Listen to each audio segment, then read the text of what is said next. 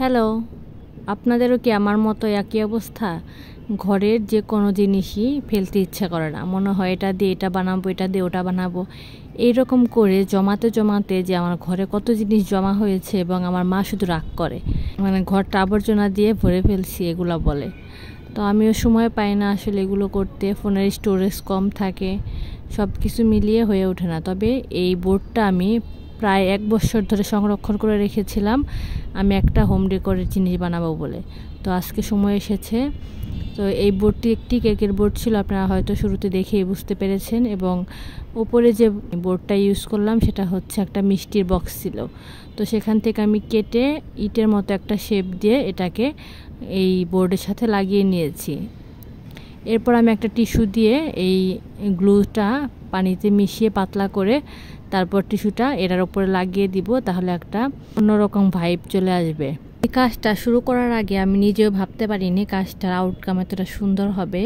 আমি নিজেও দেখে অনেক সারপ্রাইজড হয়েছি এবং আমার নিজের কাছে অনেক ভালো লেগেছে এই কাজটি করে। তো টিস্যুটা লাগিয়ে নেওয়ার পর কিন্তু টিস্যুটা একদম শুকিয়ে যাওয়ার পর আমি এখানে কাঠের যে একটা রং আছে সেই রংটা বানিয়ে নিয়েছি। যদিও এই রংটা অ্যাক্রিলিক বক্সে পাওয়াই যায়, কিন্তু রংটা আমার শেষ হয়ে গিয়েছিল, যার কারণে পরে আমি লাল, কালো, হলুদ এই 3টি রং মিশিয়ে তারপর রংটা বানিয়ে নিয়েছি। সেক্ষেত্রে আপনার লাল রঙের মধ্যে হালকা পরিমাণ কালো এবং হালকা হলুদ রং দিলে এই রংটা তৈরি হবে।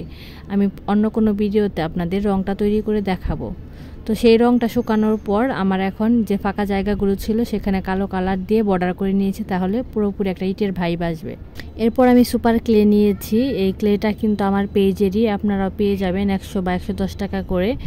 আপনারা চাইলে এই ক্লে দিয়ে অনেক ধরনের কাজ করতে পারেন। তো এখান থেকে আমি কয়েকটা কালার নিয়ে ফুল বানিয়ে তারপর এটাকে ডেকোর করব। তো এখানে ক্লে দিয়ে কাজ করার সময় কিন্তু ক্লেটা অল্প পরিমাণে নিয়ে তারপর এটাকে ভালো করে হাতে ব্লেন্ড করতে হবে, নয়তো বা এখানে একটা পানি পানি ভাব আছে, সেটা কিন্তু ভালোভাবে ব্লেন্ড না করলে কাজটা ভালো হবে না। আর এই ফর্ম ক্লেটা কাজ করতে গিয়ে আমাকে এত ডিস্টার্ব করেছে যা বলার মতো না। যতবারই এখানে রাখি শুধু উড়ে উড়ে চলে যায়, এটা এতটা হালকা যার কারণে শুধু উড়ে চলে যায়। তো এখানে 5টা হলুদ কালারের বল বানিয়ে নিয়েছি, এরপর একটা সাদা কালারের বল বানিয়েছি। আমি ডেইজি ফুলের একটা ফুল বানাবো, তো চারপাশে 5টা দিয়ে এবং মাঝখানে সাদা দিয়ে তারপর একটা ফুল বানিয়ে নিলাম। আর এখানে যে আর্টিকেলসগুলো দেওয়া আছে, এই আর্টিকেলসগুলো দিয়ে আপনারা বিভিন্ন ডিজাইনে শেপ করতে পারবেন, যেমন আমি এখানে পাতা করে নিয়েছি ওই আর্টিকেলসগুলো ইউজ করে। আর এই সুপার ক্লে দিয়ে কাজ করার সময় একটা সুবিধা আছে, সেটা হলো এই ক্লেগুলোতে এমনি আঠা আঠা একটা ভাব থাকে, যার কারণে আপনার ফুলগুলো অ্যাটাচ করার সময় কোনো আঠা ইউজ করতে হয়নি। কিন্তু এই ক্লের ফুলগুলো যখন আমি এই বোর্ডের উপরে লাগাবো তখন কিন্তু আঠা ব্যবহার করতে হবে, নয়তো বোর্ডের উপরে ক্লেটা থাকবে না।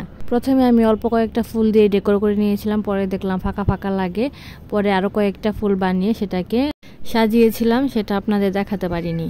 তো এখানে আমি সুইট হোম লিখব, এর জন্য আঠা দিয়ে আগে লিখে তারপর উপর দিয়ে ফর্ম ক্লেটা লাগিয়ে নিচ্ছি। আর আমার লেখার সময় একটু মেজার করে লেখা উচিত ছিল, যেটা আমি করিনি, যার কারণে পরে আমার লিখতে অনেক একটু কষ্ট হয়ে গিয়েছে, জায়গা কম ছিল এর জন্য। আপনারা লেখার সময় একটু মেজার করে তারপর লিখবেন, তাহলে আমার মতো এত কষ্ট হবে না। আমি এখানে যে অ্যাক্রিলিক কালারটা ইউজ করেছিলাম, এই কালারগুলো কিন্তু আপনারা আমার পেজে পেয়ে যাবেন। আর এই কালারগুলো দিয়ে আপনারা জামা কাপড় সব কিছুতেই কালার করতে পারবেন। এছাড়া কাঠের আয়নাও কিন্তু আমার পেজে আসছে, সেগুলো নিয়ে আপনারা নিজেদের খুশি মতো কালার করে হোম ডেকোর করতে পারেন। আর আমার তো হোম ডেকোর করতে খুবই ভালো লাগে, নিজের মন মতো সবগুলো জিনিস সুন্দর করে সাজিয়ে তারপর এগুলোকে আমি পেন্ট করি বা হোমটা ডেকোর করি নিজের ইচ্ছা মতো। একদিন আমি আপনাদের সাথে আমার কিছু কর্নার শেয়ার করব। গল্প করতে করতে আমার সুইটটা লেখা হয়ে গিয়েছে, এখন আমি হোমটা লিখব। হোম লেখার ক্ষেত্রে পুরো হোমটায় আমি আগে গ্লু দিয়ে লিখে নিয়েছি, এরপর আমি ফোম ক্লেটা লাগিয়ে নেব। এখানে আমি নিজের ইচ্ছা মতো লিখেছি বা ডেকোর করেছি, আপনারা চাইলে আপনাদের খুশি মতো ডেকোর করে নিতে পারেন। তো ভিডিওটা কেমন লাগলো কমেন্ট করে জানাবেন। আজকে এ পর্যন্তই, দেখা হবে অন্য কোনো ভিডিওতে অন্য কোনো বিষয় নিয়ে। টাটা।